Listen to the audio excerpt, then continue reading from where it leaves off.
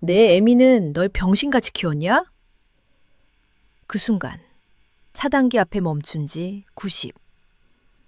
내려선 건 사성 지작사령관.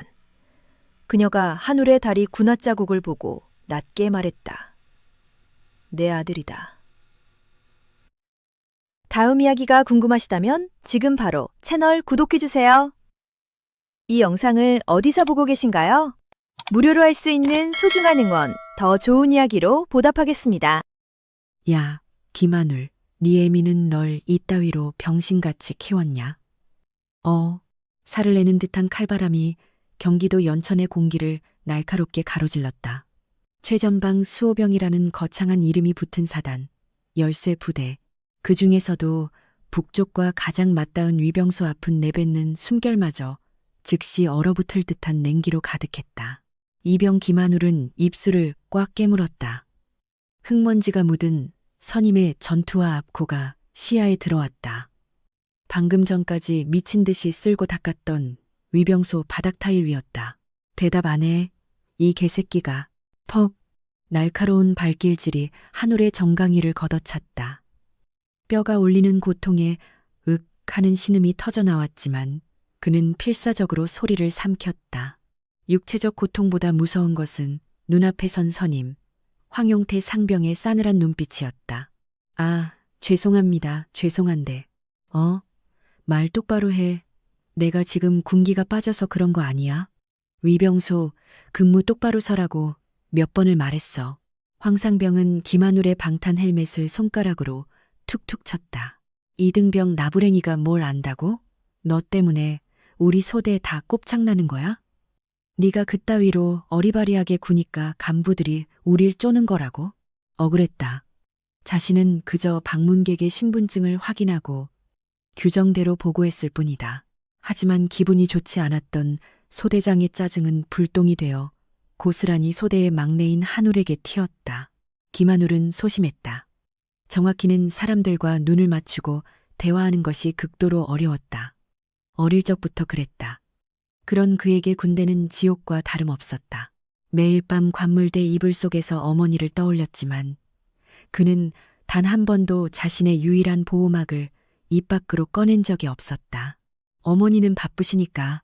그가 아는 어머니는 늘 군복을 입고 있었다. 어릴 적 기억 속 어머니는 늘 별이 반짝이는 견장을 단 채 수많은 사람에게 경례를 받고 있었다. 그 무게를 알기에 한울은 자신의 나약함을 드러낼 수 없었다. 황상병님, 그만하시지 말입니다. 위병소 근무를 함께 서던 박일병이 조심스레 말렸지만 황상병의 눈은 더욱 번뜩였다. 뭐야, 너 지금 이 새끼 편들어. 너도 같이 굴러볼래? 아닙니다. 그때였다. 끼익. 자만양을 날카로운 브레이크 소리와 함께 위병소 차단기 앞에 육중한 검은색 세단이 멈춰 섰다. 번호판은 위병소 사수라면 누구나 외워야 하는 민간 차량의 것이 아니었다. 육군이라는 표식이 선명한 제네시스 G90. 황상병이 순간 당황하며 자세를 바로잡았다. 위병소 근무자 중 최고참인 그가 방문객을 응대해야 했다. 어떤 일로 오셨습니까? 조수석에서 먼저 내린 것은 날카로운 눈매의 소령이었다. 그가 뒷좌석 문을 열자 잘 닦인 전투화가 먼저 땅을 밟았다. 그리고 한 여자가 차에서 내렸다.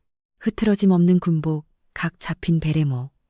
그리고 그녀의 어깨에서 겨울 햇빛을 받아 차갑게 빛나는 네 개의 별. 대한민국 육군대장, 지상작전 사령관 박지선. 위병소의 공기가 완벽하게 얼어붙었다. 황상병은 자신의 눈을 의심했다. 사성 장군, 그것도 지작사령관이 예고도 없이 이 최전방 위병소에 나타나다니. 충성, 무슨 일로? 황상병의 경례가 끝나기도 전에 상황실에서 비상이 걸린 듯 오중사가 뛰쳐나왔다. 사령관님, 어쩐 일로 여기까지? 오중사의 얼굴은 이미 하얗게 질려 있었다. 사단장에게도 보고되지 않은 최고 지휘관의 기습 방문이었다. 박지선 대장은 그들의 요란한 경례를 받는 둥 마는 둥 했다. 그녀의 시선은 위병소 입구 한쪽에 구부정하게 서 있는 한울에게 고정되어 있었다. 그녀는 바쁜 업무 때문에 아들의 입대를 배웅하지 못했다. 자대 배치를 받고 첫 면회 날짜조차 잡지 못할 만큼 경무에 시달렸다. 겨우 시간을 내어 아들이 복무하는 최전방 부대를 시찰 겸 방문한 길이었다. 박 대장의 눈이 가늘어졌다. 그녀는 아들의 정강이 위에 선명하게 찍힌 전투화 자국을 보았다. 그리고 그 옆에서 어쩔 줄 모르며 서 있는 황상병과 오중사를 번갈아 보았다. 지금 뭐 하고 있었나? 목소리는 낮고 조용했지만 연천의 겨울바람보다 더 차가웠다. 예, 그게 근무 교대 관련해서. 오중사가 필사적으로 변명거리를 찾았다. 내가 묻고 있지 않나. 박 대장이 황상병을 정확히 노려보았다. 저 병사의 다리는 왜 그런 거지? 황용태 상병은 심장이 돋는 것 같았다. 사성 장군, TV에서나 보던 부대 전체를 뒤흔들 수 있는 존재가 자신의 가혹행위 현장을 목격했다. 그게 김한울 이병이 실수를 해서 교육 차원에서 박 대장이 천천히 한 걸음 다가섰다. 그녀가 움직이자 수행하던 소령과 부관들이 일제히 긴장했다.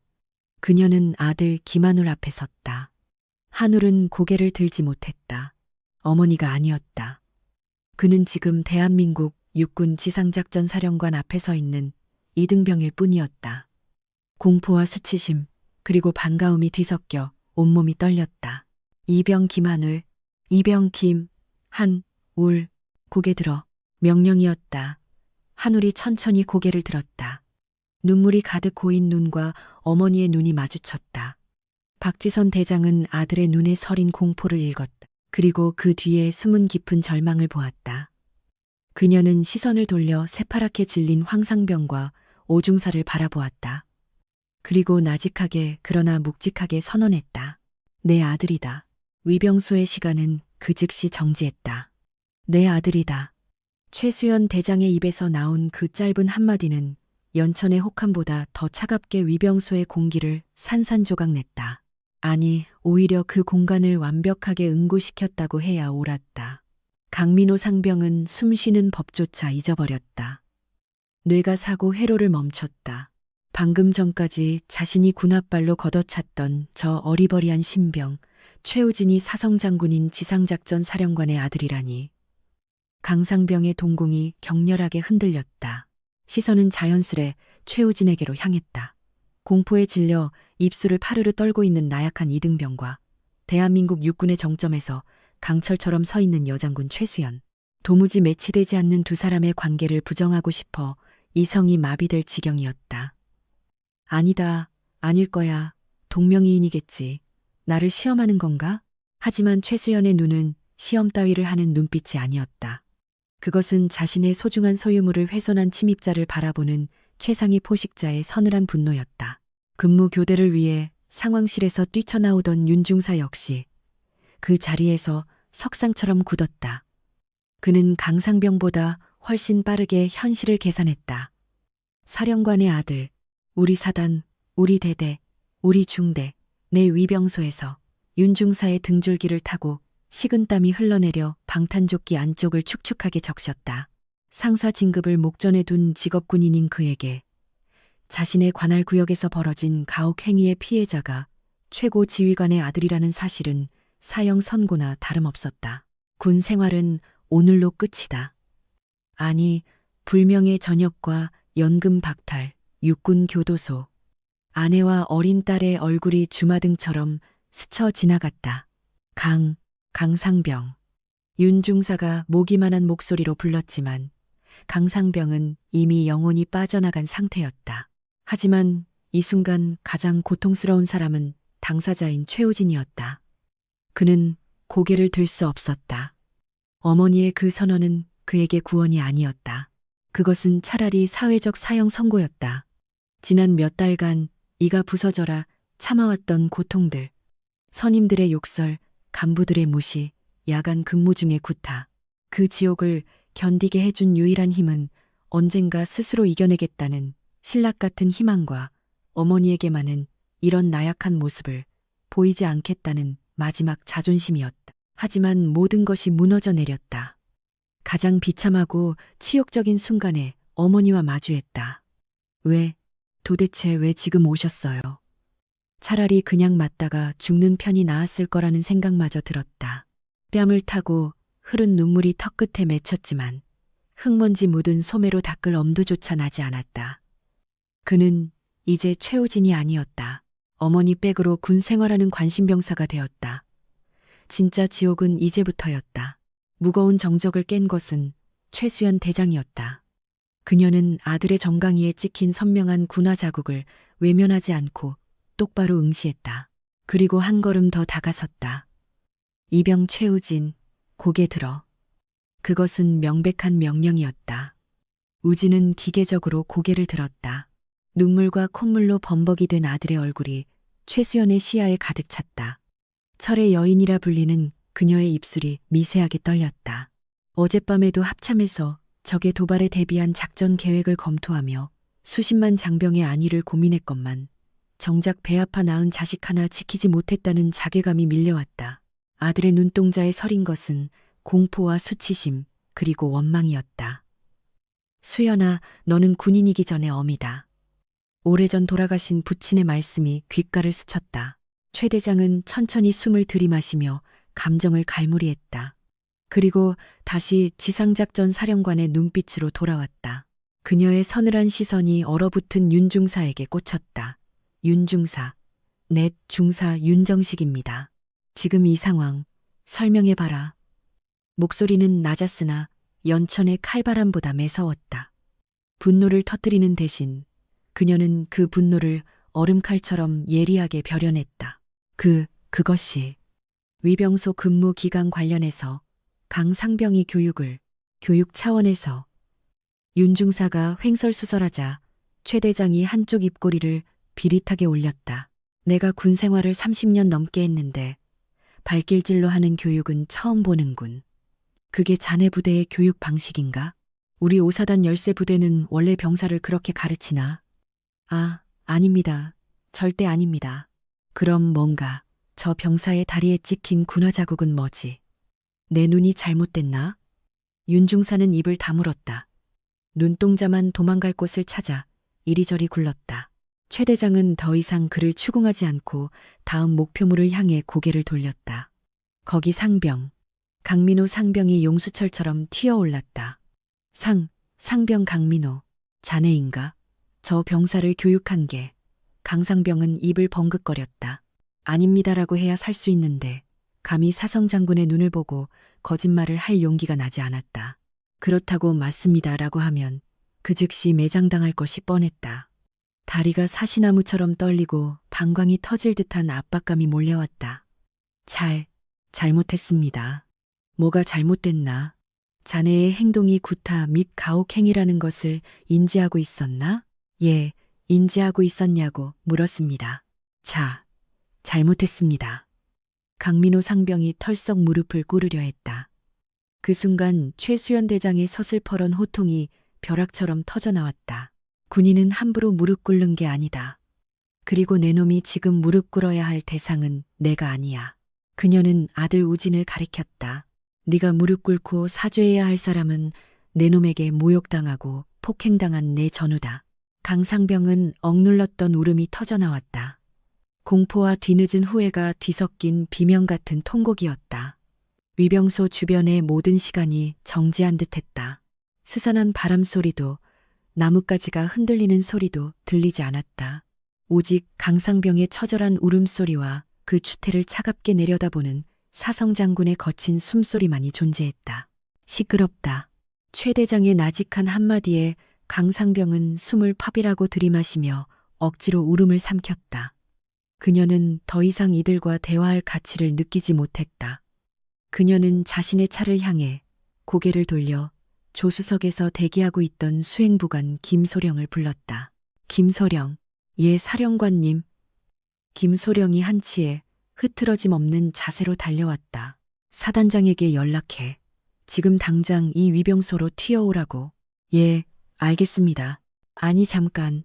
최 대장은 잠시 생각에 잠겼다. 사단장은 소장 계급이다.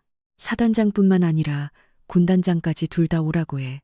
지상작전사령관이 제5보병사단 최전방 위병소에서 그들이 어떻게 부대를 지휘하고 있는지 직접 보고 싶어 한다고 전해.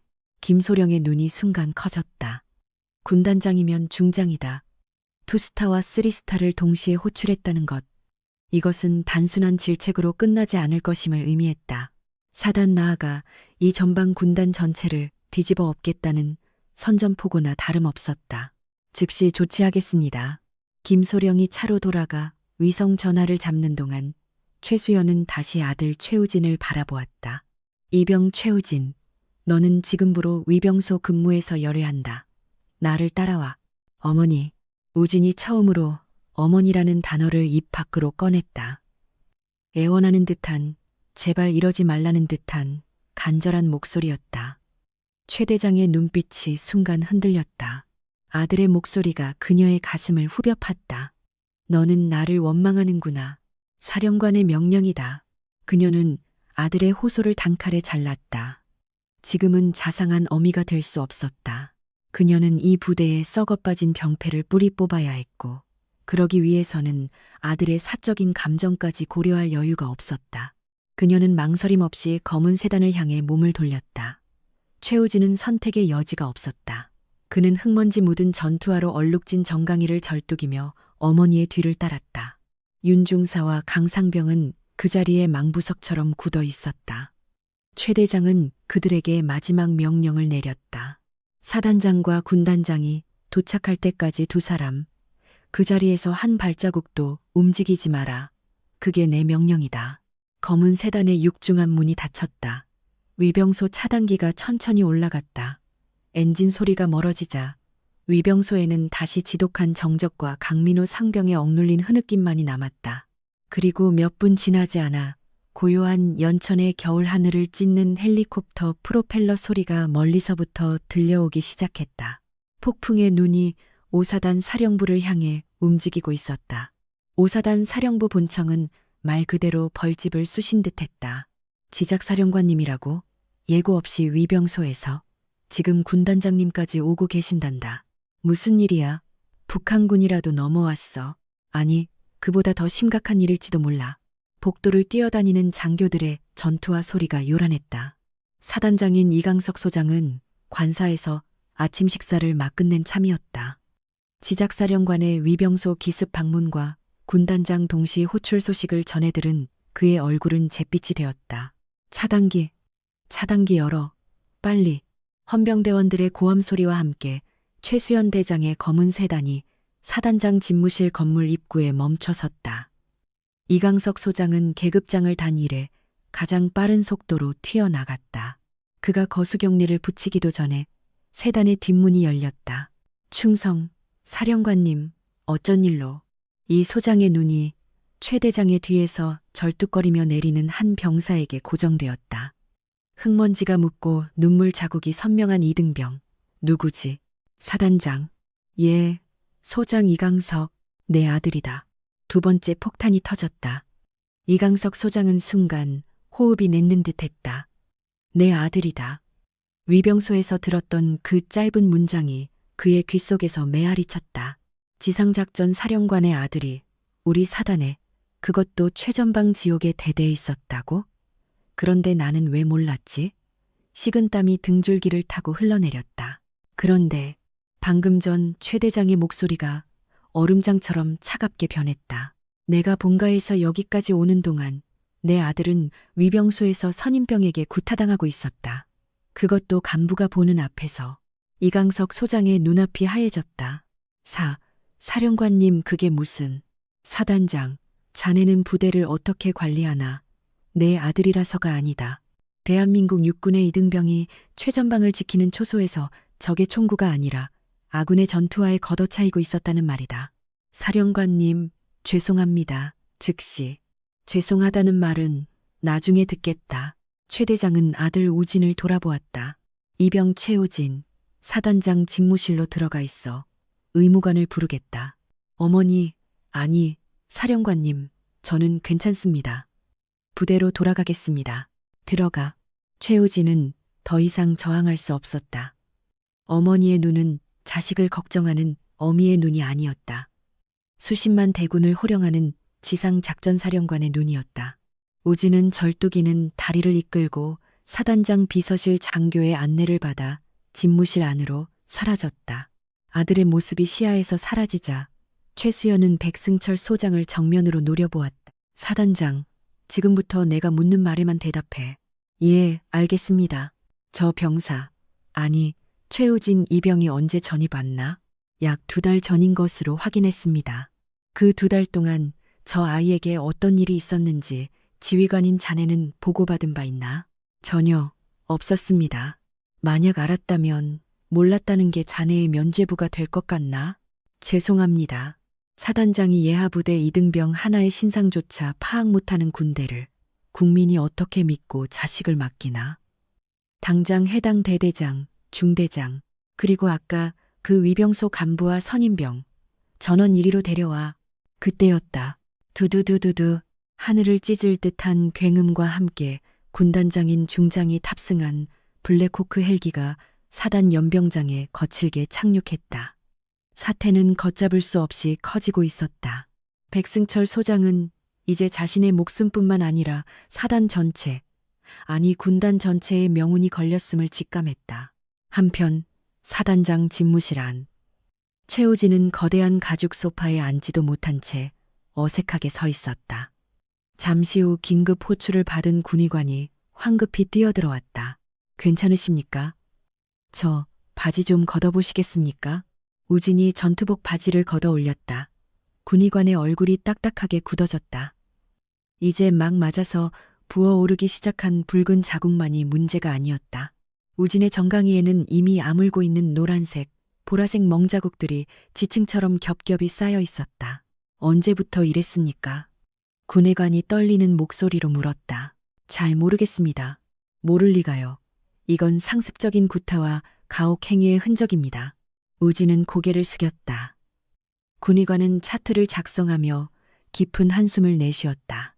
사령관님 아드님이신 줄은 정말 몰랐습니다. 왜 진작 말씀하지 않으셨습니까?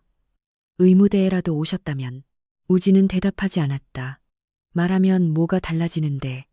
말하는 순간 나는 동료를 팔아넘긴 더 끔찍한 배신자가 되었을 텐데. 그때 집무실 문이 열리고 최수연 대장이 들어왔다.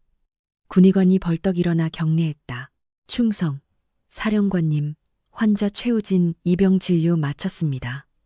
타박상 외에 과거부터 지속된 것으로 보이는 피하 출혈이 다수 발견되었습니다. 최수연의 눈이 차갑게 빛났다. 알았다. 군의관은 나가봐. 예.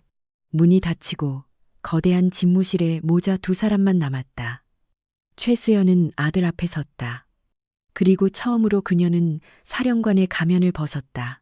그녀는 떨리는 손을 뻗어 아들의 헝클어진 머리카락을 쓸어주려 했다. 탁! 최우진이 어머니의 손을 거칠게 피했다. 그는 고개를 숙인 채 낮은 목소리로 말했다. 왜 오셨어요?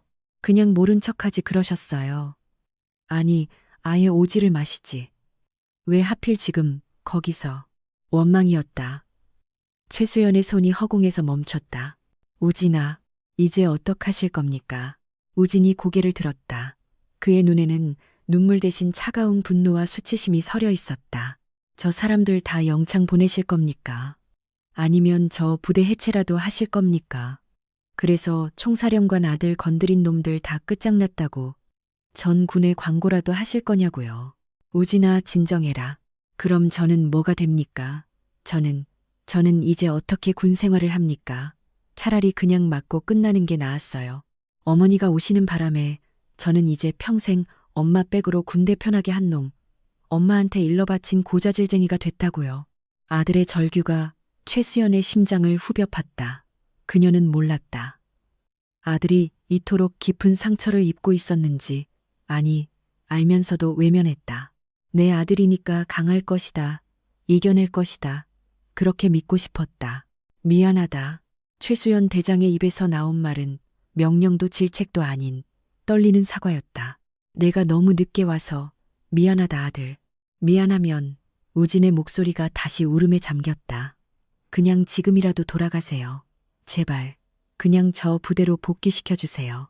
저 사람들 아무 처벌도 하지 마시고 그냥 없던 일로. 그건 안 된다. 최수연은 단호했다. 그녀는 아들의 어깨를 강하게 붙잡았다.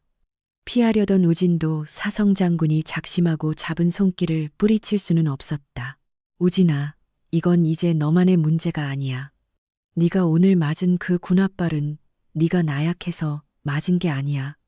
저들이 썩었기 때문에 때린 거다. 그녀는 아들의 눈을 똑바로 바라보았다. 내가 오늘 이걸 덮으면 너는 부대로 돌아가서 더 심한 지옥을 겪을 거다. 사령관 아들도 별거 없네. 조롱하면서 널 더 짓밟겠지. 그리고 네가 전역한 뒤에도 네 후임, 그 후임의 후임도 똑같이 저 더러운 전투화에 짓밟힐 거다.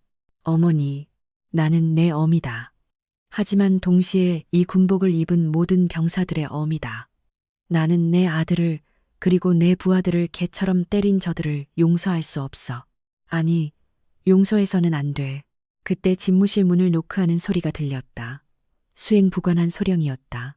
사령관님, 군단장님과 사단장님이 밖에서 대기 중입니다. 그리고 위병소 근무자들도 모두 대기 중입니다. 부관의 보고가 이어졌다. 최수연은 아들의 어깨를 잡고 있던 손을 천천히 놓았다. 우진아, 명심해라. 너는 피해자다. 절대로 고개 숙이지 마. 그녀의 목소리는 단호했지만 눈빛만은 따뜻했다. 내가 잘못한 건 아무것도 없어. 말을 마친 그녀는 순식간에 어머니의 표정을 지우고 다시 냉철한 강철의 별, 지상작전 사령관으로 돌아왔다. 군의관에게 제대로 치료받고 여기서 기다려. 내가 이 썩어 빠진 곳을 전부 도려내고 오겠다. 최수연 대장이 문을 열고 밖으로 나갔다.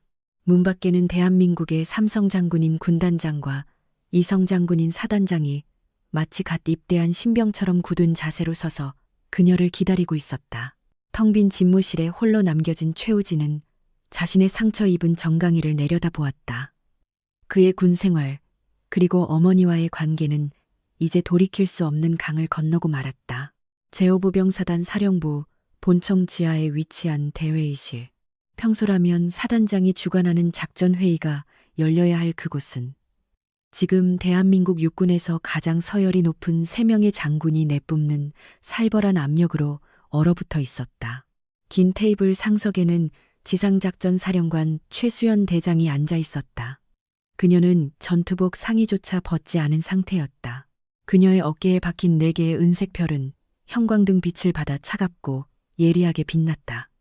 그녀의 좌측에는 제1군단장 신병철 중장이 딱딱하게 굳은 채 앉아 있었고 우측에는 이 사단의 주인인 백승철 소장이 마치 사형 선고를 기다리는 죄인처럼 고개를 푹 숙이고 있었다. 회의실 뒤편 벽을 따라서는 방금 전 위병소에서 끌려온 윤영석 중사와 강민호 상병, 그리고 그들의 직속 상관인 대대장 중령과 중대장 대위가 사색이 된 얼굴로 서 있었다. 최수연 대장은 한동안 아무 말도 하지 않았다. 정적 속에서 그녀가 서류를 넘기는 소리만이 유일하게 울려 퍼졌다. 사락, 사락. 그 건조한 마찰음은 백승철 소장의 귓가에 사형 집행인이 칼을 가는 소리처럼 끔찍하게 들렸다.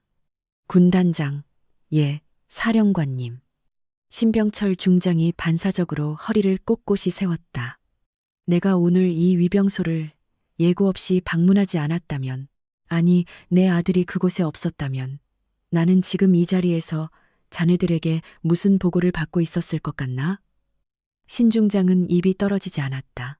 아마도 제1군단 예하오사단, 오늘도 이상무, 확고한 경계태세 유지 중 따위의 상투적인 보고였을 것이다.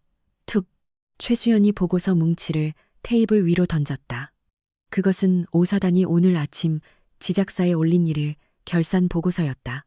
이상무라고 찍힌 붉은 도장이 선명했다. 백승철 소장, 예, 사령관님. 자네가 말하는 이상무가 이등병의 정강이를 선임병이 전투화로 걷어차는 것이었나? 죄송합니다. 100번 죽어 마땅합니다. 백승철은 자리에서 벌떡 일어나 90도로 허리를 숙였다. 앉아. 최수연의 목소리가 낮게 깔렸다. 난 자네의 사과를 받으러 온 게 아니야. 책임을 물으러 왔지. 그녀의 서늘한 시선이 회의실 뒤편으로 향했다. 윤영석 중사, 강민호 상병, 앞으로. 헌병 2명이 양옆에서 그들을 거칠게 밀었다. 두 사람은 테이블 앞으로 떠밀려 나오듯 섰다. 전신이 사시나무처럼 떨리고 있었다. 그들의 눈앞에 빛나는 별이 대장 4개, 중장 3개, 소장 2개, 도합 9개가 뿜어내는 위압감은 상상 그 이상이었다. 최수연은 먼저 강민호 상병을 응시했다. 강민호 상병, 상병, 호, 고개 들어. 강상병이 공포에 질린 눈으로 간신히 최 대장을 올려다보았다. 아까 위병소에서 자네가 최우진 이병에게 했던 말을 여기 이 장군님들 앞에서 토시 하나 틀리지 말고 그대로 다시 말해봐. 예? 못 알아들었나? 내 애미는 널 이따위로 병신같이 키웠냐? 맞나? 강상병의 얼굴에서 핏기가 완전히 사라져 시체처럼 변했다. 사령관님 그것은 제가 죽을 죄를, 쿵. 강상병은 그대로 바닥에 무릎을 꿇었다. 살려주십시오. 제가 정말 제정신이 아니었습니다. 한 번만 용서해 주시면, 어허. 최수연의 고함이 회의실을 찢어발겼다. 내 놈이 용서를 빌 대상은 내가 아니라고 했을 텐데, 그리고 지금 여기가 어디라고 함부로 무릎을 꿇어. 내 놈의 그 더러운 무릎으로 이 회의실 바닥 더럽히지 마. 강상병은 울음이 터진 채 비틀거리며 억지로 일어섰다. 강민호 상병. 자네는 오늘부로 이등병으로 강등되는 게 아니야.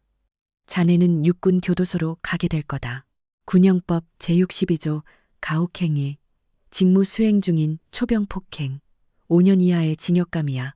알아들어? 잘못했습니다. 강상병은 더 이상 말을 잇지 못하고 어린아이처럼 울부짖었다.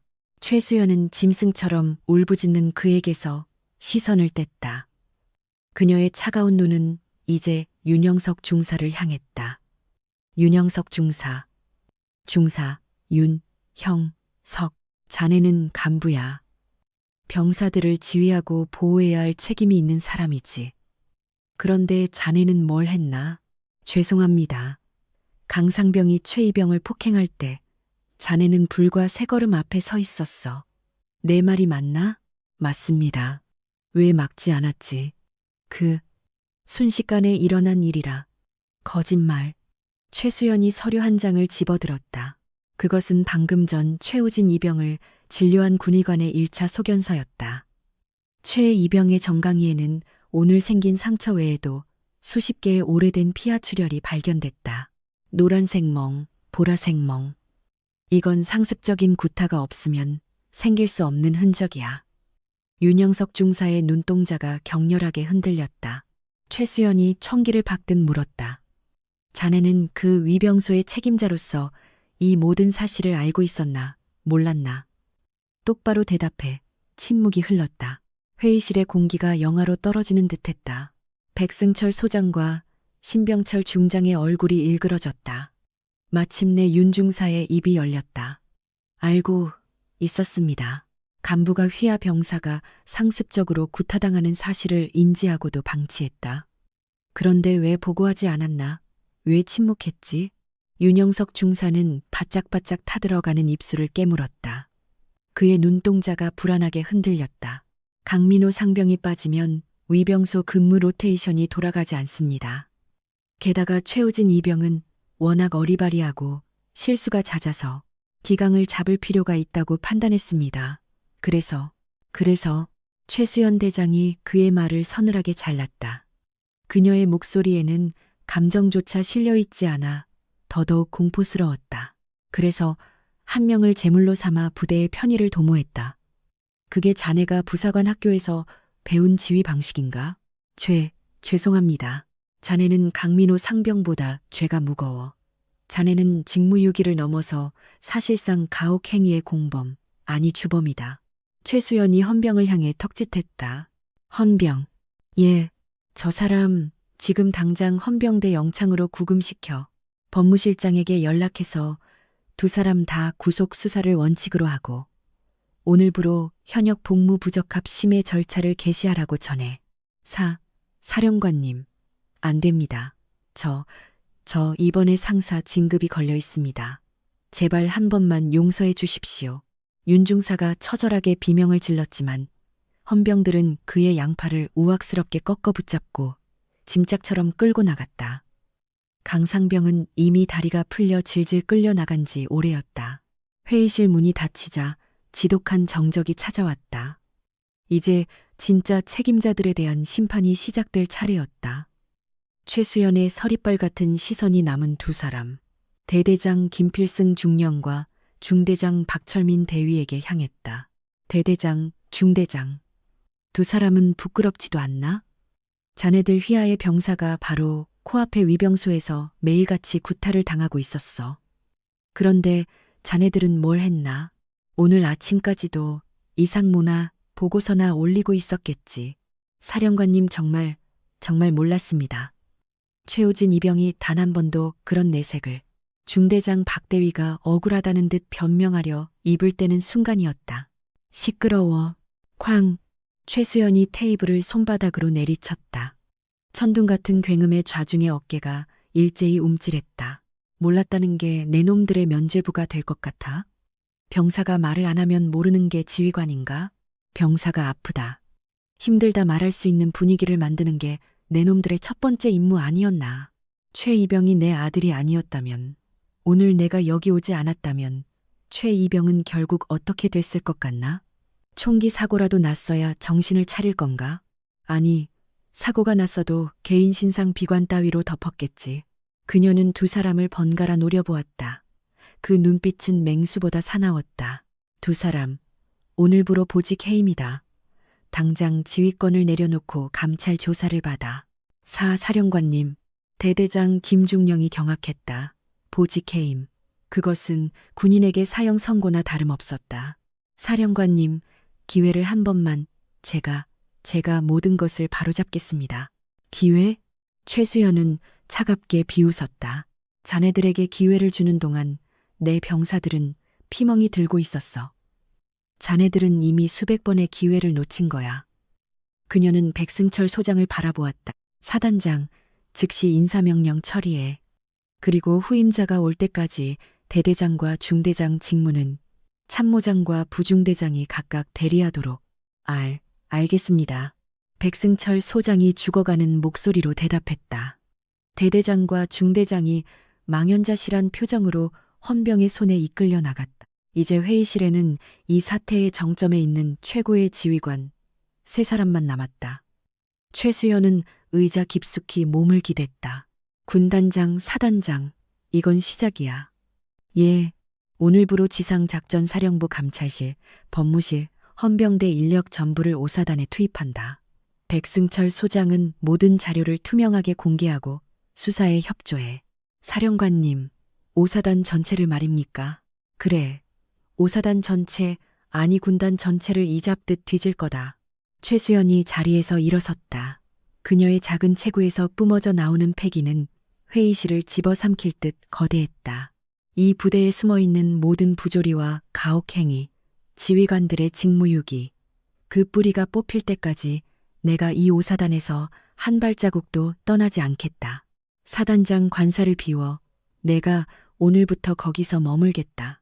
백승철 소장의 눈앞이 캄캄해졌다. 지작사령관이 사단에 상주하며 직접 칼을 휘두르겠다는 선언이었다. 오사단, 아니 군단 전체에 피바람이 불기 시작했다. 최우진 이병의 신병은 그날 오후를 기점으로 오사단 사령부 본청으로 옮겨졌다. 그의 새로운 보직은 사단장 당번병, 시피병이었다. 그것은 어머니 최수연 대장이 내린 배려이자 명령이었다.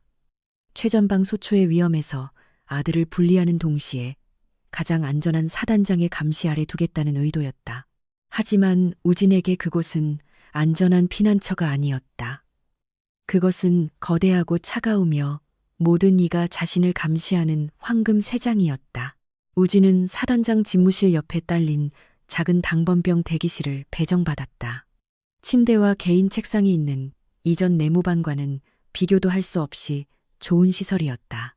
하지만 우진은 그 방에 들어선 순간부터 숨이 막혀왔다.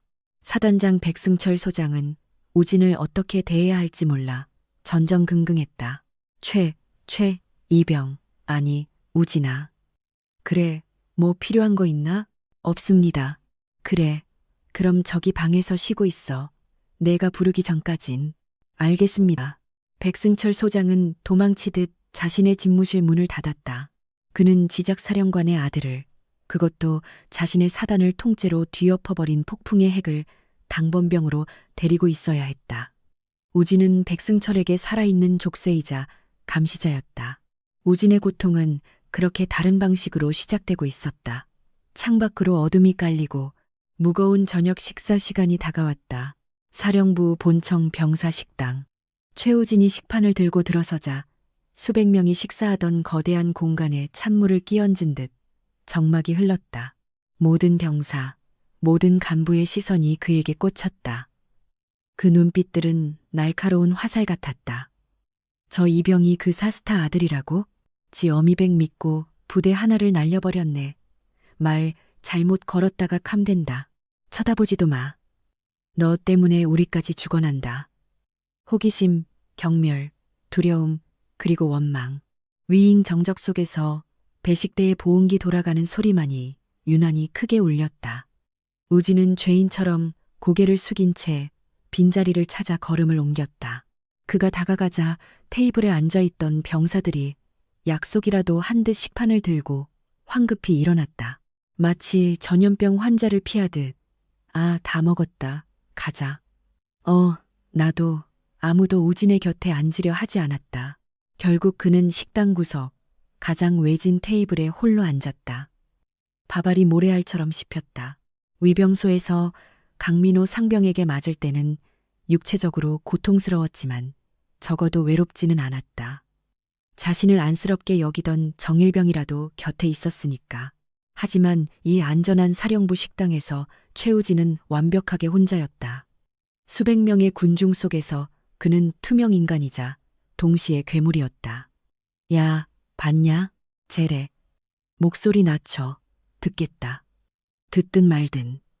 쟤 때문에 지금 우리 중대장님도 감찰 불려가셨어. 근데 강민호 상병인가? 걔는 좀 심했대. 애를 매일 팼다던데. 패긴 뭘 패. 군대에서 좀 굴릴 수도 있지. 그걸 애미한테 일러 바쳐서. 근중, 군대 진짜.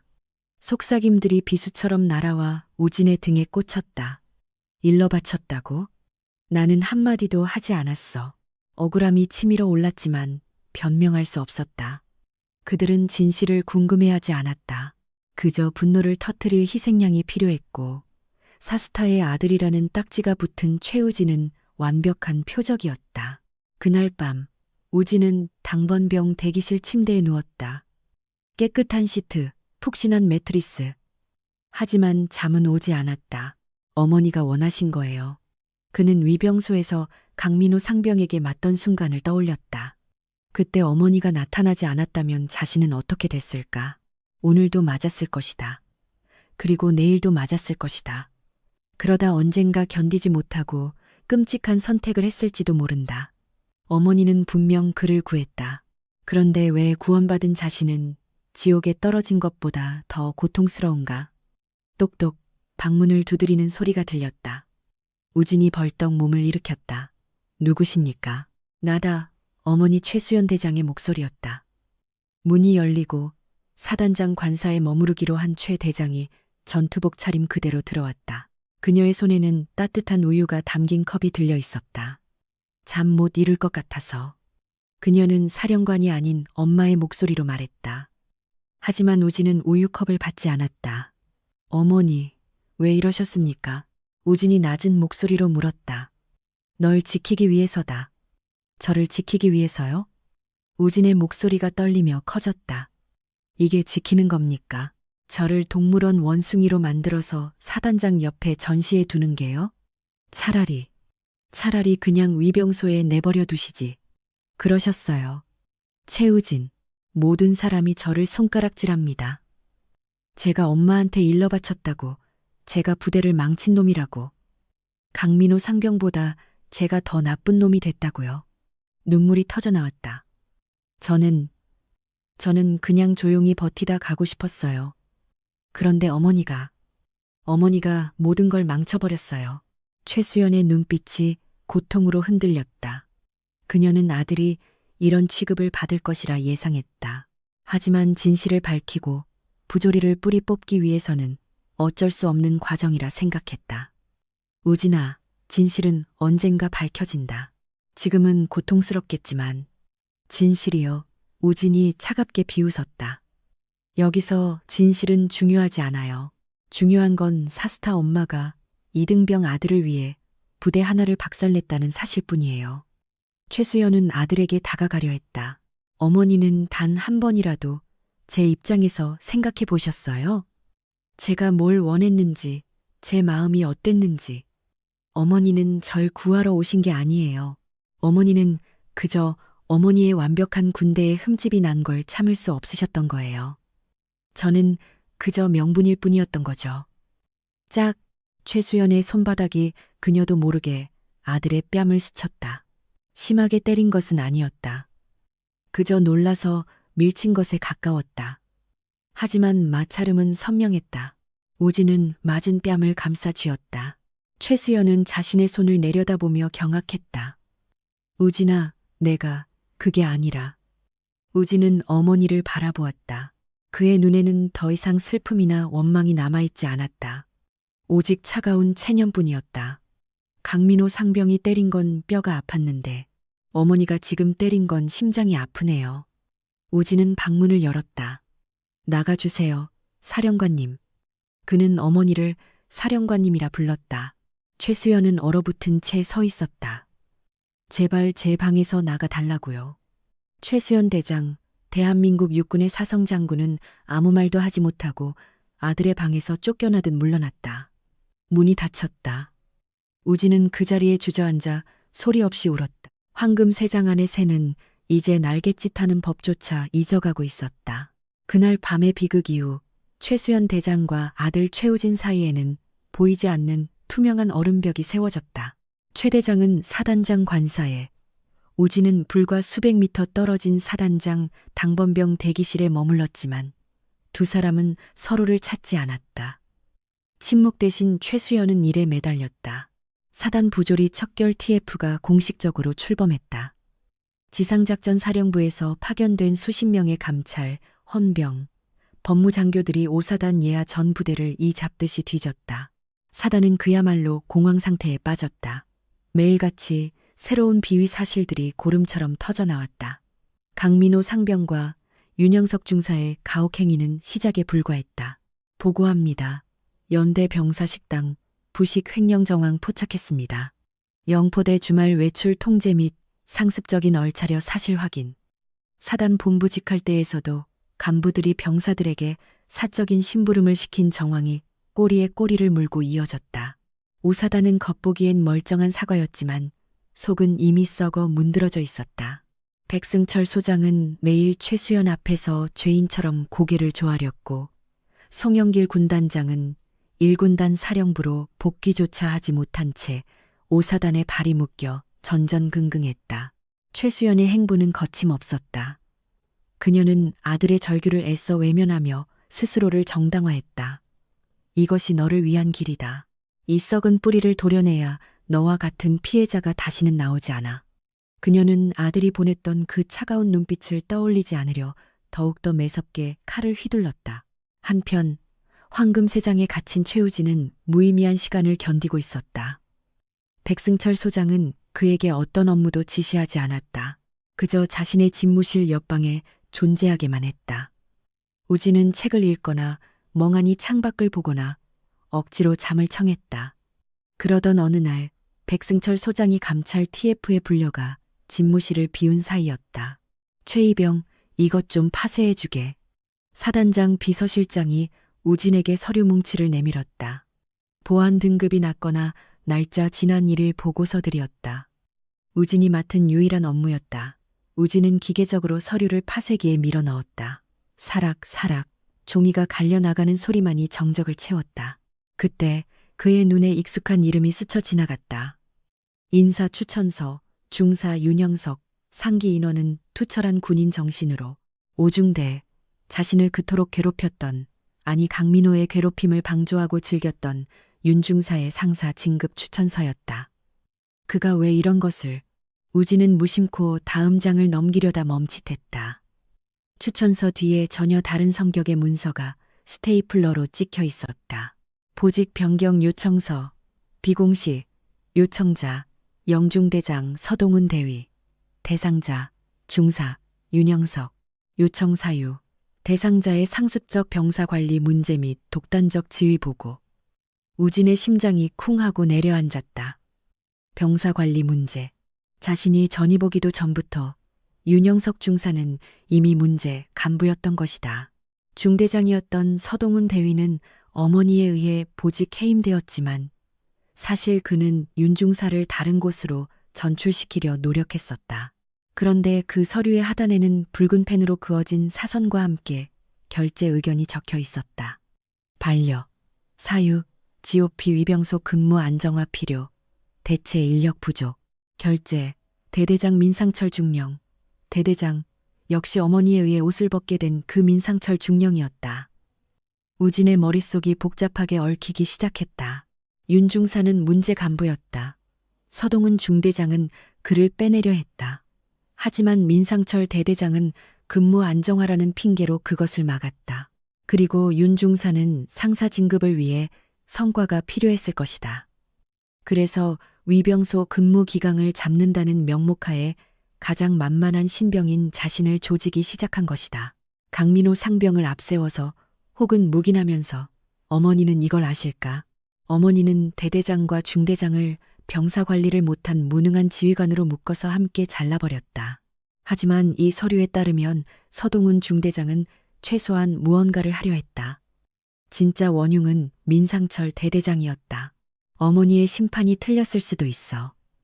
우진은 떨리는 손으로 그 반려된 서류 한 장을 몰래 빼내 전투복 건빵 주머니 깊숙이 찔러 넣었다. 나머지 서류들은 파쇄기의 칼날 속으로 사라졌다. 그 순간 우진은 깨달았다. 자신은 더 이상 이 세 장 안에 숨어 있을 수만은 없다는 것을. 그날 저녁 최수연 대장은 또 다른 보고를 받고 있었다. 이번엔 오사단이 아니었다. 서울 국방부에서 온 비공식 연락이었다. 최 장군, 지금 여론이 심상치 않습니다. 지작사령관이 아들 복수 때문에 군단 하나를 초토화시킨다는 투서가 국방부 기자실에 돌고 있어요. 최수연의 얼굴이 딱딱하게 굳었다. 정치권에서도 전화가 오기 시작했습니다.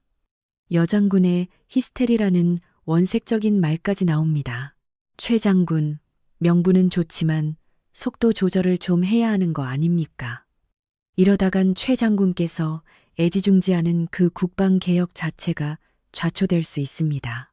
사적 복수로 매도당해서 압력이 들어오기 시작했다. 그녀의 강철 같은 심판에 균열이 가기 시작한 것이다. 그녀가 군인으로서의 정의감과 어머니로서의 분노 사이에서 아슬아슬하게 줄타기를 하는 동안 적들은 그녀의 가장 약한 고리인 어머니라는 이름을 공격하고 있었다. 최수연은 전화를 끊고 어두운 집무실에 홀로 앉았다. 그녀는 아들의 뺨을 스쳤던 자신의 손바닥을 내려다보았다. 내가 정말 사적 복수를 하고 있는 건가? 확신에 차있던 그녀의 신념이 처음으로 흔들리고 있었다. 최우진 이병은 사단장 당번병 대기실. 그 황금 세장 안에서 존재감이 지워진 채 일주일을 보냈다. 그에게 주어진 업무는 없었다. 백승철 소장은 그를 투명 인간 취급했다. 아니, 차라리 잘못 건드리면 터질까 두려워 신주단지 모시듯 놔두는 불발탄에 가까웠다. 사령부 본청의 다른 병사들은 우진의 그림자조차 기피하려 들었다. 그는 오사단 사령부라는 거대한 조직 안에서 철저히 고립된 이방인이었다. 그날 오후 우진은 용기를 냈다. 숨 막히는 대기실 공기에 질식해 미쳐버릴 것만 같았다. 그는 관물대에서 꼬깃꼬깃한 지폐 몇 장을 챙겨 들었다. 딱딱한 전투화를 구겨 신고 도둑고양이처럼 조용히 대기실 문을 나섰다. 목적지는 본청 건물 뒤편의 복지회관 PX였다. 딸랑, PX의 문이 열리는 순간 실내를 채우던 20여 명 남짓한 병사들의 왁자지껄한 대화가 거짓말처럼 뚝 끊겼다. 서늘한 냉기가 우진의 뺨을 스쳤다. 그곳에 있던 병사들은 사단 본부 직할 때 소속이었다. 그들 역시 최수연 대장이 몰고 온 감찰 태풍의 직격탄을 맞고 있었다. 주말 외출 통제, 휴가 전면 취소, 그리고 매일같이 이어지는 간부들의 히스테릭한 갈권까지. 그리고 그 모든 재앙의 원흉인 그 새끼가 제 발로 PX에 걸어 들어온 것이다. 우진은 쏟아지는 시선을 애써 외면했다. 그는 과자 코너로 향하는 척하며 음료 진열대에서 캔 하나를 꺼내려 했다. 그때였다. 야, 낮고 거친 목소리가 고막을 긁었다. 우진의 손이 허공에서 멈췄다.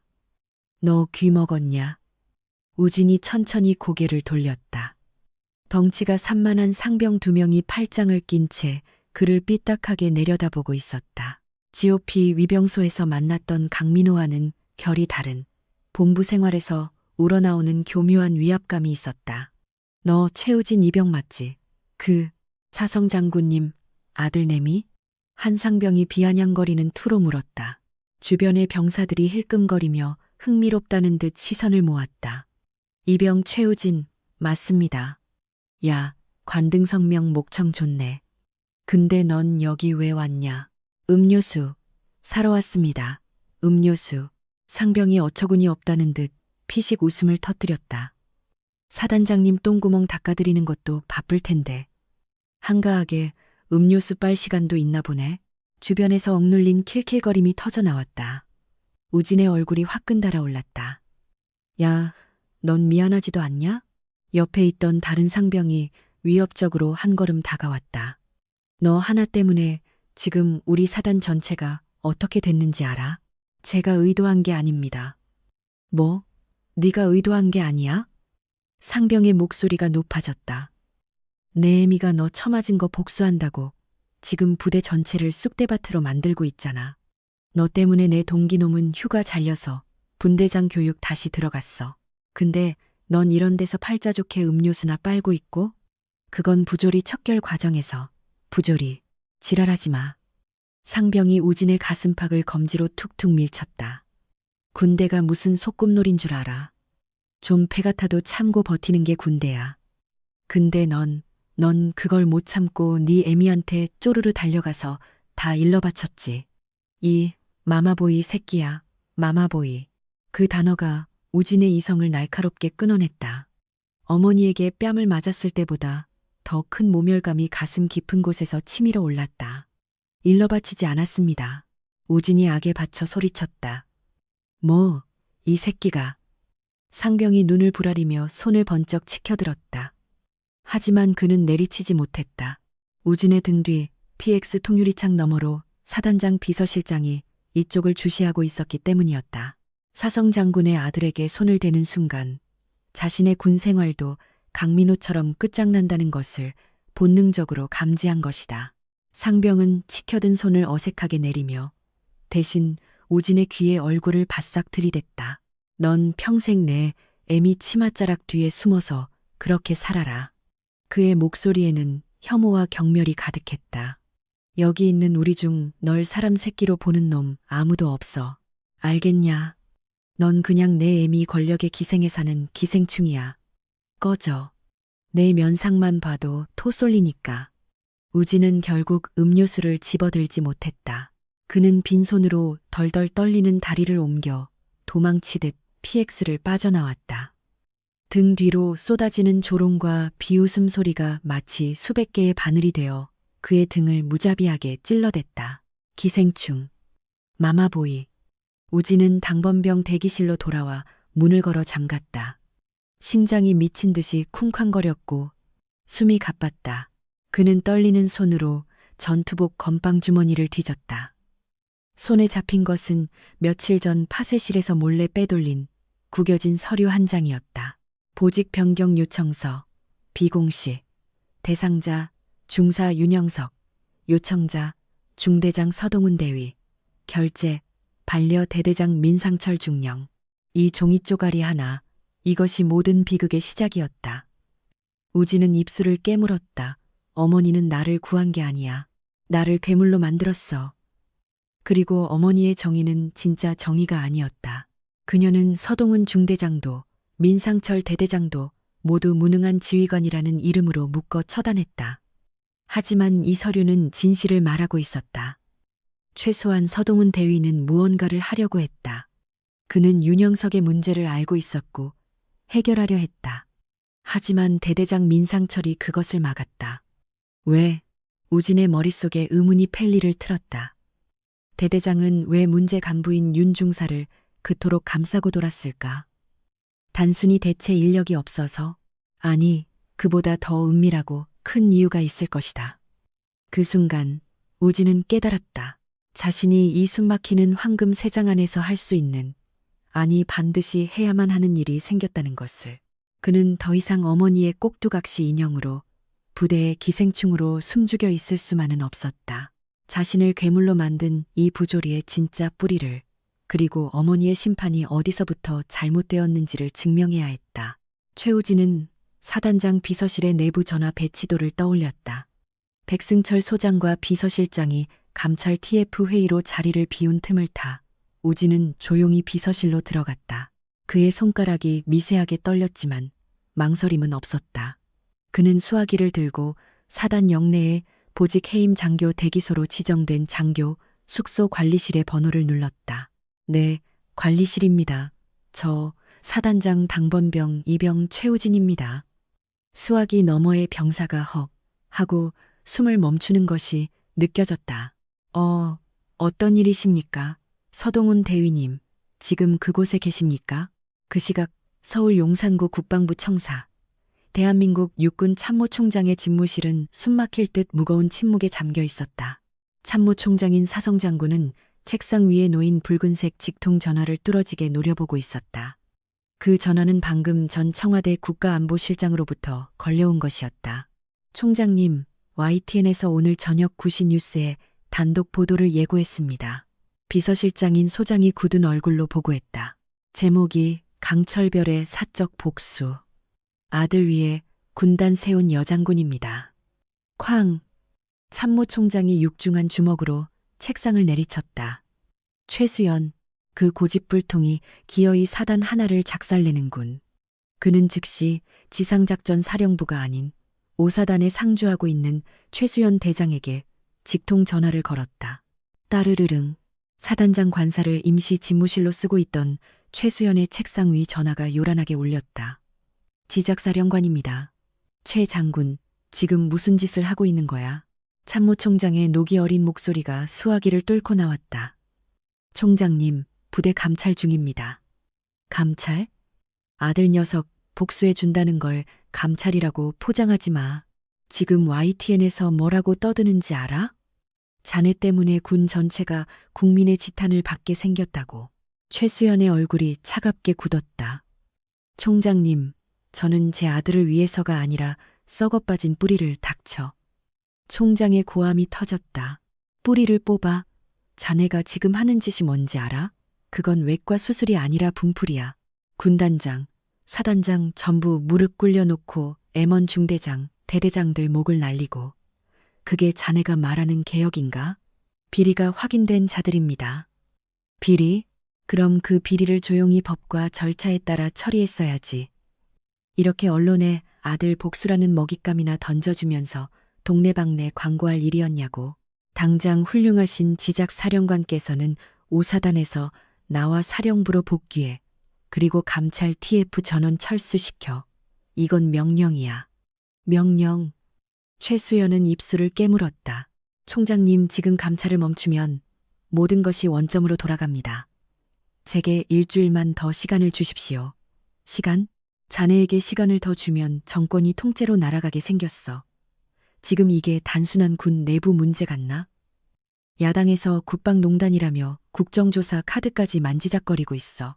최 장군, 자네가 아끼는 그 군복 벗고 싶지 않으면 당장 멈춰.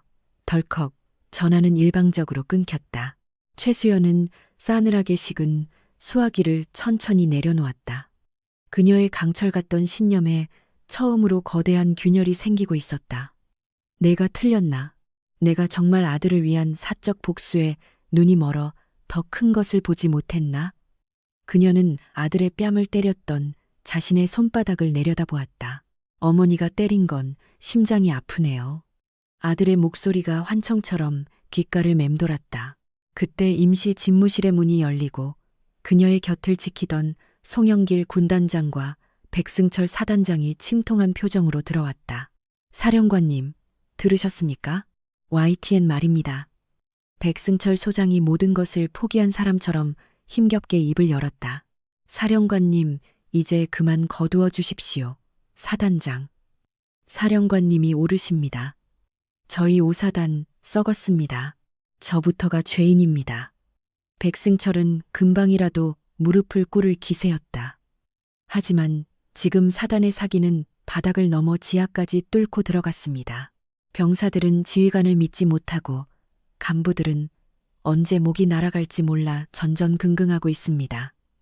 이러다간 경계에 구멍이 뚫립니다. 북한군이 쳐들어오는 것보다 우리 스스로 무너지는 게 더 빠르겠습니다. 침묵이 흘렀다. 백승철은 어렵게 말을 이었다. 그리고 사령관님의 아드님, 최우진 이병 말입니다. 최수연의 눈썹이 꿈틀했다. 최 이병은 지금 사령부내에서 공공의 적이 되었습니다. 아무도 그에게 말을 걸지 않고 모두가 그를 원망하고 있습니다. 사령관님이 휘두르시는 칼날이 결국 아드님의 심장을 겨누고 있습니다. 최수연의 동공이 거칠게 흔들렸다. 내가 내 아들을 공공의 적으로 만들었다고? 딩동댕동 저녁 9시 사단장 관사거실의 대형 TV에서 뉴스 시작을 알리는 시그널 음악이 울렸다. 백승철 소장이 리모컨을 들었다. 보시겠습니까? 최수연은 말없이 고개를 끄덕였다. 화면이 바뀌고 YTN 단독 보도라는 붉은 자막과 함께 5사단 위병소의 모습이 자료 화면으로 비쳤다. 앵커입니다. 현역 사성장군이 자신의 아들이 복무하는 부대에서 가혹 행위가 발생하자 이에 대한 보복성으로 군단 전체를 뒤흔드는 대규모 감찰을 벌이고 있다는 의혹이 제기되었습니다. 이어 모자이크 처리된 병사들의 익명 인터뷰가 날카로운 비수가 되어 꽂혔다. 5사단 병사, 음성 변조, 저희 보고 그냥 죽으라는 겁니다. 사성 장군 아들 한 명 때문에 지금 몇천 명이 잠도 못 자고 예비역 간부, 음성, 변조, 이건 명백한 지휘권 남용입니다. 감찰이라는 명분으로 사실상 사적 복수를 최수연은 주먹을 꽉 쥐었다. 손톱이 손바닥을 파고들어 피가 맺힐 지경이었다. 그녀의 정의는 언론의 카메라 앞에서 사적 복수라는 이름의 추악한 히스테리로 변질되어 있었다. 참모총장의 명령이 귓가에 맴돌았다. 철수하라. 여기서 물러난다면 아들 빽만 믿고 설쳤다가 꼬리 내린 장군이 된다. 물러서지 않는다면 군 전체를 위기에 빠뜨린 독선적인 지휘관이 된다. 그야말로 진퇴양난 사면초가였다. 결국 그녀는 자리에서 일어났다. 떨리는 입술이 무겁게 열렸다. 군단장, 사단장, 오늘부로 지작사 감찰 TF는 공식 활동을 종료한다. 전원 원대 복귀 준비시켜. 백승철 소장과 송영길 중장의 얼굴에 안도감과 복잡, 미묘한 감정이 스쳤다. 강철 같던 여장군이 드디어 꺾인 것이다. 최수연은 비틀거리며 관사 밖으로 나갔다. 차가운 연천의 밤 공기가 상기된 그녀의 뺨을 때렸다. 그녀는 아들이 머무는 사단장, 당번병 대기실을 멀리서 바라보았다. 굳게 닫힌 커튼 틈으로는 불빛 한 줄기 새어나오지 않았다. 우진아, 엄마가 틀렸던 걸까? 그녀가 그토록 지키려 했던 군대, 그리고 목숨보다 사랑하는 아들. 지금 그녀는 그 둘 모두에게 버림받고 있었다. 관리실에 전화를 건 지 30분이 지났을까? 당번병 대기실의 문을 누군가 조용히 노크했다. 똑똑. 최우진의 심장이 발소리처럼 거칠게 뛰었다. 누구십니까? 서동훈 대위다. 문 좀 열어주겠나? 우진은 마른 침을 삼키고 문을 열었다. 문 앞에는 며칠 전 대회의실에서 보직 해임당했던 초췌한 모습의 서동훈 대위가 서 있었다. 그는 이제 장교 전투복이 아닌 사복 점퍼 차림이었다. 군인의 날카로움은 사라지고 모든 것을 잃은 남자의 공허한 눈빛만 남아 있었다. 들어오시지 말입니다. 서 대위는 잠시 망설이다 작은 대기실 안으로 들어섰다. 어색한 침묵이 흘렀다.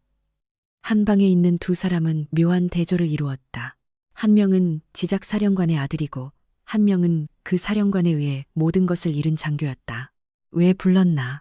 최이병. 서대위가 먼저 입을 열었다. 그의 목소리에는 원망이나 분노보다는 깊은 피로감이 묻어 있었다. 내가 자네한테 무슨 해코지라도 할 것 같아서 불렀나? 아니면 자네 어머니에게 추가로 보고할 거라도 찾으러 왔나? 우진은 고개를 저었다. 그는 전투복 주머니에서 구겨진 서류, 윤영석 중사의 보직 변경 요청서를 꺼내 테이블 위에 펼쳤다. 이것 때문입니다. 서동훈 대위의 눈이 커졌다. 그는 떨리는 손으로 테이블 위에 서류를 집어들었다. 자신이 작성하고 대대장에게 반려당했던 바로 그 비공식 요청서였다. 이걸 자네가 어떻게 파쇄실에서 발견했나? 대위님은 알고 계셨습니다. 윤중사가 문제라는 걸. 그리고 바꾸려고 하셨습니다. 우진이서 대위의 눈을 똑바로 쳐다보며 말했다. 그런데 어머니는 사령관님은 대위님까지 함께 처벌하셨습니다. 서동훈은 서류를 쥔 손을 부들부들 떨었다. 그는 힘이 풀린 듯 의자에 주저앉았다. 그는 실성한 사람처럼 헛웃음을 흘렸다. 알고 있었지. 그래, 알고 있었어. 내가 저 망할 놈의 윤영석 때문에 얼마나 골머리를 썩였는데. 그런데 왜 민상철 대대장님은 이걸 반려했습니까? 우진이 핵심을 찔렀다. 서동훈은 한참 동안 천장을 바라보다가 입을 열었다. 대체 인력이 없다고. 웃기는 소리. 그는 서류에 적힌 반려 사유를 비웃었다. 최이병, 자네는 윤영석 중사의 장인이 누군지 아나? 모릅니다. 국방부 군수관리실 소속 고위 공무원이야. 민상철 중령. 아니 그 양반. 서 대위는 이제 계급도 붙이지 않았다. 그 양반 내년에 대령 진급 심사 대상이야. 윤영석 중사는 상사 진급 대상이었고 민상철이한테는 윤영석의 장인이 필요했던 거야. 군수 물자 빼돌리는 것부터 시작해서 진급 로비까지. 우진은 숨이 뱉는 것 같았다. 그럼 윤중사는? 그래, 윤영석은 자기 뒷배만 믿고 중대장인 나도 우습게 알았어. 강민호 상병이나 병사들 괴롭히는 거, 그놈한테는 스트레스 푸는 유희였지. 내가 이 서류를 들이밀었을 때 민상철이는 내 앞에서 이걸 찢어버리진 못하고 서 대위, 좋은 게 좋은 거 아니겠어. 라며 돌려보냈지. 그리고 윤영석이는 며칠 뒤에 보란듯이 상사 진급 추천서를 들고 왔더군. 이제야 모든 퍼즐이 맞춰졌다. 강민호 상병의 폭력, 윤영석 중사의 묵인과 방조, 서동훈 대위의 무력감, 그리고 민상철 대대장의 의도적인 반려. 그런데 자네 어머니는 서대위의 목소리가 다시 차가워졌다. 자네 어머니는 이런 속사정은 들여다보려고도 안 했어. 그냥 보고 라인에 있었다는 이유로 나와 민상철이를 한 대 묶어서 날려버렸지. 그 덕에 진짜 악의 뿌리인 민상철이는 그냥 무능한 지휘관 정도로 처벌받고 끝날 거야. 그 뒤에 숨은 군수 비리나 진급 로비는 영원히 묻히겠지. 우진은 망치로 머리를 맞은 듯 했다. 어머니의 강철 심판은 가장 중요한 핵심을 놓쳤다. 아니, 그녀의 분노가 오히려 진실을 덮어버리는 방패막이가 되어 주었다. 대위님. 최우진의 목소리가 미세하게 떨렸다. 이 사실을 어머니께, 사령관님께 말씀드려야 합니다. 말해. 서동훈은 자주 섞인 웃음을 터뜨렸다. 지금? 그는 고개를 저었다. 이미 끝났어. 방금 못 들었나? 지작사, 감찰, TF 전원, 철수 명령이 떨어졌네. 자네 어머니도 결국 여론과 정치권의 압박에 굴복하신 거야. 언론이 무섭긴 무서웠나 보군. 철수라니요. 우진의 가슴이 쿵 내려앉았다. 이대로 끝난다면 진실은 영원히 묻힌다. 자신은 평생 엄마 백 믿고 부대를 박살낸 금쪽이로 남을 것이고 서동훈 대위는 억울한 누명을 쓴 채 불명의 전역을 당할 것이다. 반면 진짜 악인인 민상철과 윤영석은 솜방망이 처벌을 받고 승승장구하겠지. 안 돼. 그렇게 둘 순 없어. 우진은 자리를 박차고 일어났다. 그는 관물대를 뒤져 다림질된 전투복 상의를 꺼내 입었다. 그리고 안주머니 깊숙한 곳에서 낡은 수첩 한 권을 꺼냈다. 그것은 강민호 상병에게 구타당할 때마다 그가 내뱉었던 폭언들을 몰래 기록해둔 비망록이었다. 윤 중사님이 다 봐주신댔어. 넌 어차피 관심병사라 아무도 신경 안 써. 민상철 대대장님도 윤 중사님한테 함부로 못해. 넌 그냥 내 장난감이야. 이것은 서동은 대위의 주장을 뒷받침할 결정적인 피해자의 증언이었다. 대위님, 우진이 결연한 눈빛으로 서동은을 바라보았다. 어머니는, 사령관님은 지금 사적 복수라는 프레임 때문에 물러서시는 겁니다. 하지만 만약 이 사태가 단순한 가혹행위 보복이 아니라 부대 내에 뿌리 깊게 박힌 것의 비리를 적발하기 위한 것이었다면 이야기는 달라집니다. 서동은의 동공이 흔들렸다. 최이병 자네, 지금 무슨 생각을? 사단장님을 만나야겠습니다. 우진이 단호하게 말했다. 백승철 사단장님 말입니다.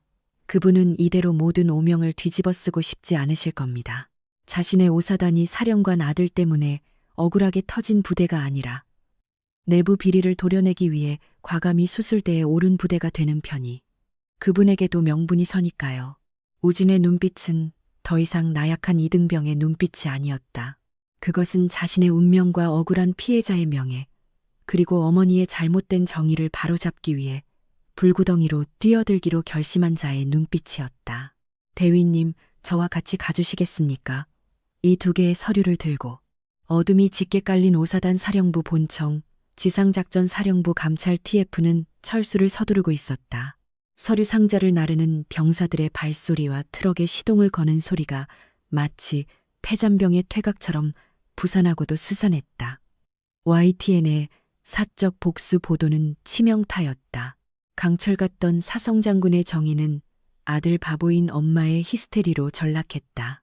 백승철 소장은 자신의 집무실에서 이 모든 소란을 들으며 차갑게 식은 커피를 내려다보고 있었다. 그는 패배했다. 그의 오사단은 지작사령관 아들을 건드린 부대라는 주홍글씨가 새겨졌다.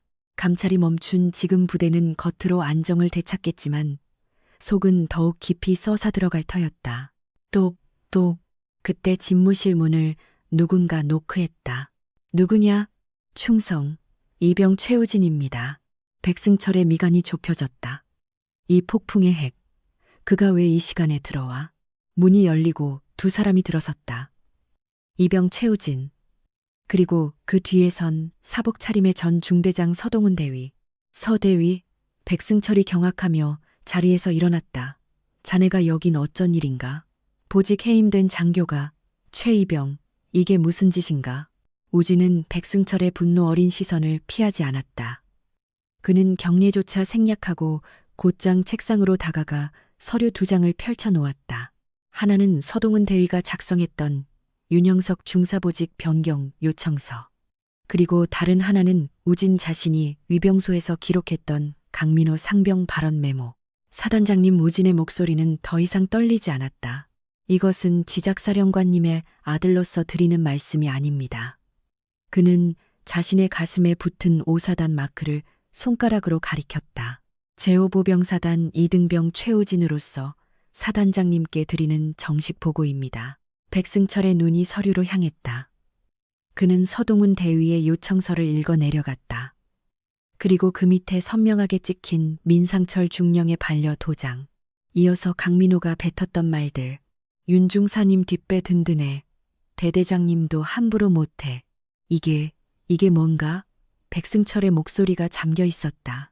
서동훈 대위가 입을 열었다. 소장님, 저는 윤영석의 문제를 알고 있었습니다.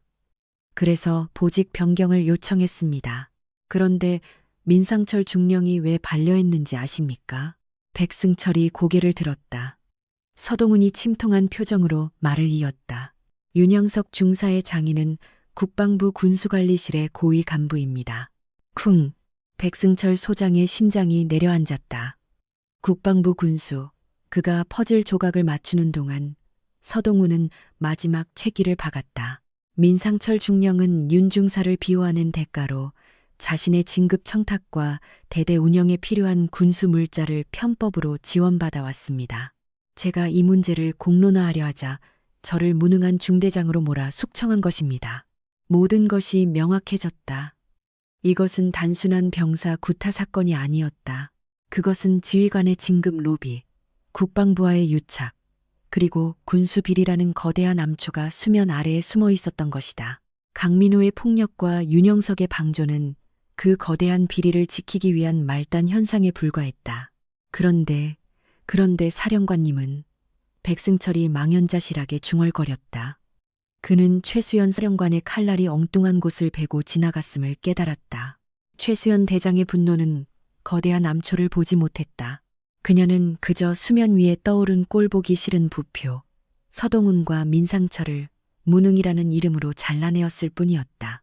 덕분에 진짜 위험인 암초는 다시 수면 아래로 깊숙이 숨을 기회를 얻었다.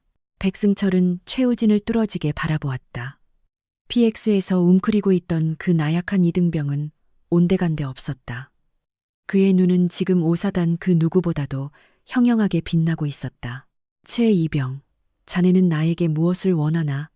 백승철이 물었다. 우진은 잠시 고개를 숙였다가 결연히 고개를 들었다. 소장님, 지작사 감찰 TF는 철수합니다. 언론은 제 어머니를 사적 복수해 눈먼 지휘관으로 매도했습니다. 이대로 모든 것이 덮이면 오사단은 영원히 사령관 아들을 건드려 박살난 부대로 남게 됩니다. 그리고 소장님은 그 아들 하나 관리 못한 무능한 사단장이 되실 겁니다. 우진은 마른 침을 삼키고 말을 이었다. 하지만 만약 이 모든 감찰이 단순한 사적 복수가 아니라 오사단 내부에 기생하던 거대한 군수비리와 국방부 유착을 척결하기 위한 어쩔 수 없는 외과 수술이었다면 이야기는 달라집니다. 백승철 소장의 눈이 번뜩였다. 그것은 그가 잃어버렸던 명예, 그리고 오사단이 짓밟힌 자존심을 되찾을 수 있는 유일한 길이었다. 소장님, 우진이 식기를 박듯 말했다. 지작사령관님의 감찰은 끝났습니다. 하지만 오사단장님의 자체 감찰은 이제부터 시작하실 수 있습니다. 백승철은 자신의 책상 위에 놓인 전화기를 바라보았다. 망설임 없이 그의 손이 수화기를 들었다. 비서실장, 당장 사단 헌병대장, 감찰참모, 법무참모 전원 내 집무실로 호출해. 전화를 끊은 그는 서동훈 대위를 바라보았다. 서 대위, 자네는 오늘부로 보직 해임이 철회된다. 대신 사단장 직속 감찰 TF의 핵심 참고인으로 보직을 변경한다. 소장님, 자네의 명예는 자네가 그리고 내가 이 오사단의 이름으로 되찾는다. 백승철은 마지막으로 우진에게 물었다. 최이병, 자네 어머니는 이 사실을 아시나? 모르십니다. 우진이 단호하게 대답했다. 이것은 어머니의 아들로서가 아니라 제5보병사단 이병 최우진으로서 사단장님께 드리는 정식 보고이기 때문입니다. 그날 밤 사단장 관사, 최수연 대장은 관사를 떠나기 위해 마지막 짐을 챙기고 있었다. 그녀는 완전히 패배했다. 참모총장의 복귀 명령은 사실상의 질책이었고 언론은 그녀를 가장 사적인 감정으로 군을 망친 장군으로 낙인 찍었다. 그녀가 그토록 지키려 했던 군의 명예는 그녀 자신에 의해 더럽혀졌다. 그때 백승철 소장이 관사로 찾아왔다. 사령관님, 철수하시기 전에 긴급히 보고드릴 사항이 있습니다. 됐네, 백 소장. 모든 책임은 내가 안고 가지. 자네는. 아니요, 들으셔야 합니다. 백승철은 조금 전 우진이 가져왔던 2장의 서류 사본과 서동훈 대위의 진술서를 그녀의 책상 위에 올려놓았다. 이게 뭔가? 최수연은 서류를 읽어내려갔다. 그녀의 손이 미세하게 떨리기 시작했다. 국방부 군수비리, 진급 로비, 민상철, 그리고 윤영석. 이것을 누가? 이병 최우진입니다. 최수연은 숨이 찼는 것 같았다. 자신이 분노의 눈이 멀어보지 못했던 진실의 뿌리, 자신이 무능하다고 단정짓고 잘라냈던 서동훈 대위의 억울함, 그 모든 것을 자신이 황금 세장에 가둬두었던 나약하다고만 생각했던 아들이 홀로 찾아냈다. 백승철 소장이 허리를 곧게 펴며 말했다. 사령관님, 지작사 감찰 TF는 복귀시키셔도 좋습니다. 이 시간부로 오사단 내 군수 비리 및 지휘관 유착 의혹에 대한 수사는 제5보병사단장인 저의 권한으로 1군단과 공조하여 직접 시작하겠습니다. 그는 더 이상 패배한 사단장이 아니었다. 사령관님께서는 사적 복수라는 오명을 쓰셨지만 저는 제 부대의 명예를 위해서라도 이 부패의 뿌리를 뽑겠습니다. 최수연은 아무 말도 할 수 없었다. 자신의 강철 심판은 그저 감정적인 폭력이었다. 하지만 아들이 가져온 이 진실은 진짜 정의를 위한 날카로운 칼날이었다. 잠시 후 최수연은 관사 밖으로 나왔다. 차가운 연천의 새벽 공기 속에 아들 우진이 서 있었다. 마치 그녀를 기다린 것처럼 두 사람은 한참 동안 말이 없었다. 멀리서 TF가 철수하는 마지막 트럭 소리가 사라졌다. 무거운 정적이 흘렀다. 들었다. 최수연이 먼저 입을 열었다. 백 소장에게 전부. 그녀는 아들을 바라보았다. 왜 나에게 가져오지 않았지? 우진은 어머니를 똑바로 바라보았다. 그의 눈에는 더 이상 원망이나 공포가 없었다. 어머니는 사령관이셨으니까요. 그가 조용히 말했다. 저는 제 어머니가 사적 복수를 위해 부대를 박살낸 지휘관으로 남는 것을 원치 않았습니다. 우진은 한 걸음 다가섰다. 저를 구타한 것은 강상병과 윤중사입니다. 하지만 저를 기생충과 마마보이로 만든 것은 어머니의 통제되지 않은 분노였습니다. 최수연은 고개를 숙였다. 반박할 수 없는 사실이었다. 하지만 이 진실은 우진이 말을 이었다. 어머니의 감찰이 사적 복수가 아니라 정말로 썩은 곳을 도려내기 위한 과정이었음을 증명해 줄 것입니다. 아들이 자신을 지키기 위해 자신을 경멸하던 사단장에게로 향했던 것이다. 자신의 명예를 그리고 어머니의 명예를 되찾기 위해 어머니는 저를 지키기 위해 오셨지만 정작 저는 어머니의 방패 뒤에 숨어 더 큰 상처를 입었습니다. 하지만 이제 우진의 눈빛이 깊어졌다. 저는 깨달았습니다. 진짜 강함이란 누군가의 그늘 뒤에 숨는 것이 아니라 상처투성이가 되더라도 진실을 마주하고 앞으로 나아가는 용기라는 것을요. 최수연 대장은 말없이 아들을 응시했다. 위병소 앞에서 두려움에 떨던 나약한 이등병의 잔상은 온데간데 없었다. 차가운 연천의 칼바람 속에서도 그는 자신의 상처를 딛고 우뚝 선 진정한 군인이 되어 있었다. 그녀는 자신의 어깨에 놓인 별 4개가 사무치게 부끄러웠다. 미안하다. 그녀의 목소리가 미세하게 떨렸다. 내가 너를, 이병 최우진을. 그녀는 섣불리 아들을 향해 손을 내밀지 못했다. 죄책감과 대견함이 뒤섞인 눈으로 군인 대 군인으로서 그를 마주 보았다. 그때 우진이 천천히 걸어왔다. 굳은 표정이었지만 눈빛만은 흔들림이 없었다. 그는 망설임 없이 다가와 어머니의 어깨를 감싸 안았다. 그것은 대장에 대한 경례가 아니라 어머니를 향한 아들의 위로였다. 이제 다 괜찮습니다. 어머니. 최수연은 그제야 참고 있던 숨을 토해내며 눈을 감았다. 그녀의 떨리는 손이 아들의 넓어진 등을 조심스럽게 토닥였다. 강철은 불길 속에서 단단해지고 사람은 고난 속에서 성장한다. 먼지 구덩이 위병소에서 시작된 이 지독한 시련은 모자 두 사람을 모두 부러지지 않는 진짜 강철로 다시 태어나게 만들었다. 그로부터 1년 후 대한민국 육군본부를 강타한 5사단 군수 비리 사건은 군 전체를 뒤흔든 태풍이 되었다. 주범인 민상철 중령과 윤영석 중사는 물론 그들의 뒷배였던 국방부 고위 인사들까지 모조리 법의 심판대 위에 세워졌다. 억울한 누명을 썼던 서동훈 대위는 명예를 회복하고 육군대학을 수석으로 수료한 뒤 소령으로 진급했다.